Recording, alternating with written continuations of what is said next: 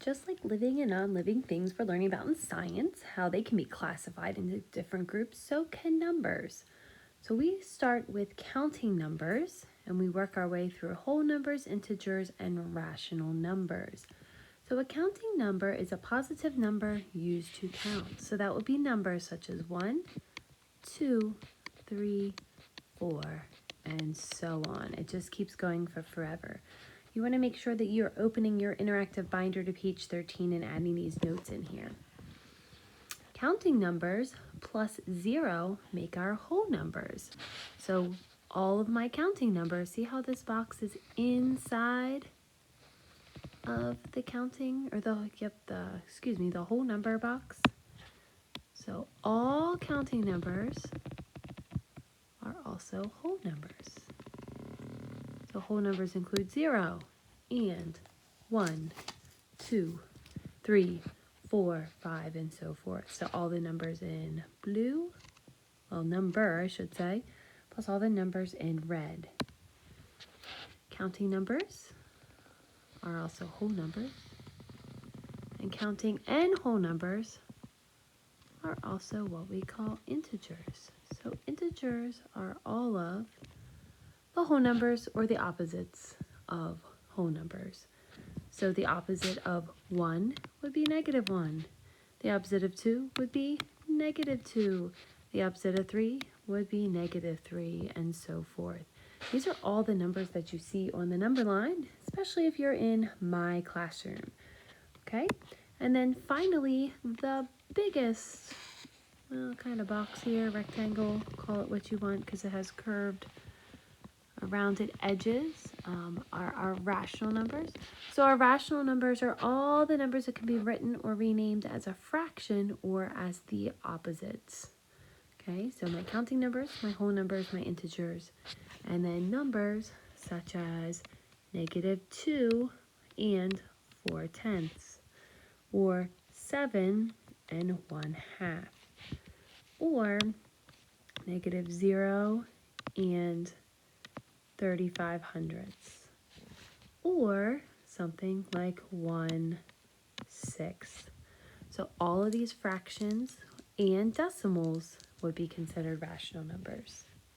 Now, sometimes we think about this as CWIR.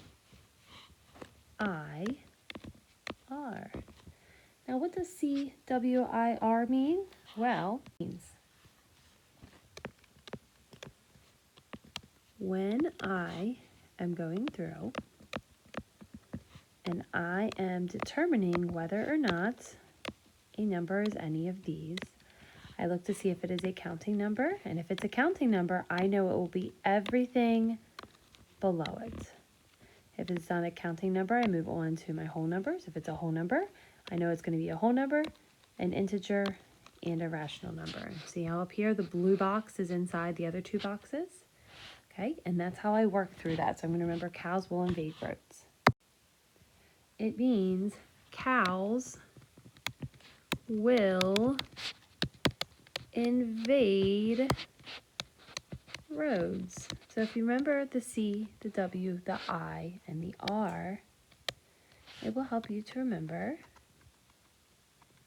the counting or the order of our numbers. Now, down here is just a single cow all by himself. And up here, well, I only could find buffaloes. I was getting a little desperate, but pretend they're cows. So cows will invade roads. So here's on journal page 35. Okay, we're done taking notes in our interactive binders. We're going to look at journal page 35. Our math message is asking us to plot some of these numbers on the number line. Okay, they turn that number line on the side.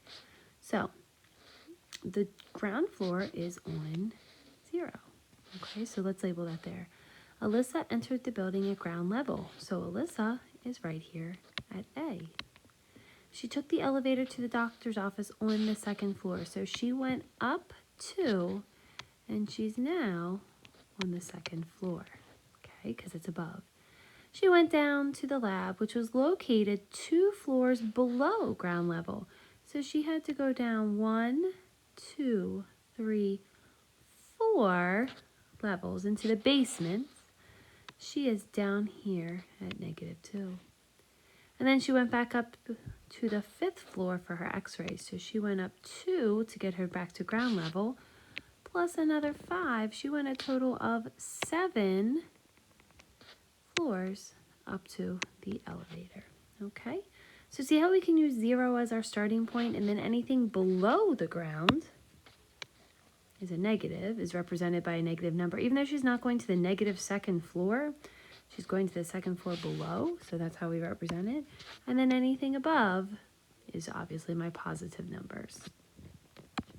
Now below here, Mr. Pimla's class planned a raffle. 3 students sold tickets. The goal was to sell $50. So $50 is my goal line. It's my starting point, okay? Anything above 50 is good. Anything below means we fell short. So if we look at student A, they were $5.50 short of the goal. Because the student was $5.50 short, they were below the goal. So therefore, we would say that they were negative $5.50. If they met the goal exactly, we're going to call that 0. And if they went above, we are going to say it's a positive $1.75, excuse me. Okay. When could we use both positive and negative numbers? Well, we could use negative and positive numbers. One, obviously, would be in a bank account. Hopefully the bank account does not go into the negative, but, I guess that happens sometimes, given the situation. Something like your mortgage, again. So you take a loan from the bank to buy your house, and you owe that money back. We could also talk about instances of weather. Sometimes it's below freezing, or even into the negative degrees below 0. Okay? Let's move on to the next page. So on our last page, we're going to do, it says, you may have seen Venn diagrams before. Study this one, which shows how some numbers fit into categories. So we're going to work through this, okay? It says very similar to what we put in our interactive binder. Let's do a couple together. It's -35. -35 is not a counting number. It is not a whole number. It is an integer because it is a opposite of a whole number. It's a negative whole number, okay? And it's one of those numbers that's on the number line. So if -35 fits in integers, -35 is also a rational number because it is inside of that rational number. Again, remember, cows will invade road.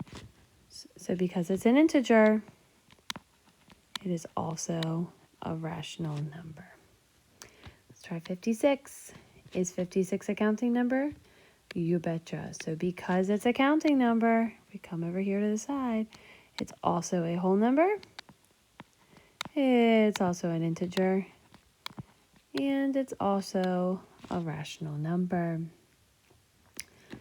5.5. 5.5 is not a counting number because I don't count to 5.5. It's not a whole number because that just includes 0. It's not an integer because it has a fraction behind it. So when it has a fraction behind it, it is only a rational number. I want you to pause the video, try the rest, and then we'll come back. All right, so hopefully you had a chance to fill in the rest of those numbers.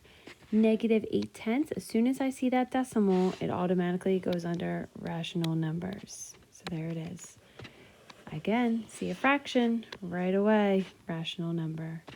1,000, it might take me a little while, but that is a counting number. And if it's a counting number, it also fits, remember, under whole numbers, it fits under integers, and it's also a rational number.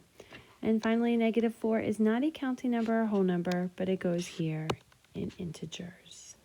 If we move down to the bottom for question number 2, or in the middle, I guess I should say, for each number, circle all that apply. -25 is my first number. It's not a counting number. It's not a whole number because it has to be positive or 0. It is an integer. So remember, cows will invade roads. So if it is an integer, it's automatically a rational number. Let's try one more. I have 1 5/8. I don't count to 1 5/8.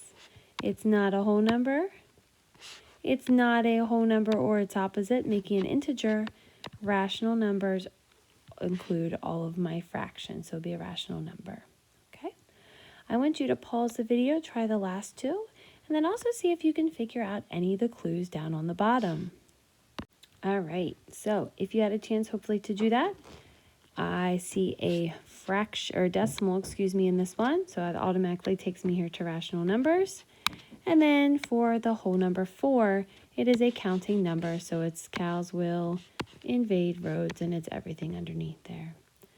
Let's look at our clues. It is an integer, but it's not a counting number, and it is closer to 0 than to -3. So if it's an integer but not a counting numbers are my positive numbers, so it has to be a negative number. It's in between 0 and -3. So the only numbers in between there are -1 and -2, but it's closer to 0, so it has to be -1. The next one, it is a rational number and a whole number. So if it's rational and whole, it also has to be an integer, but it's not a counting number. Okay? So that would mean that it is a whole number, but it's not an integer. The only one that is a whole number, but not a counting number, would be 0. And then the last one says it's a rational number and a counting number. So that also means it has to be if it is a rational number, and my pen's not cooperating here, guys, sorry. If it is a rational number, and it's also a counting number, that means that it's also a whole number and an integer. It's greater than 2 but less than 3. Because it's a counting number, it has to be a whole number. It has to be 3. We're not going to spend a ton of time focusing on this skill and classifying them.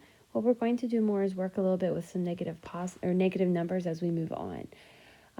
As one of your assignments, you're going to be working on home links 110 and kind of understanding those negative and positive numbers and their location, which is what we did on our first journal page.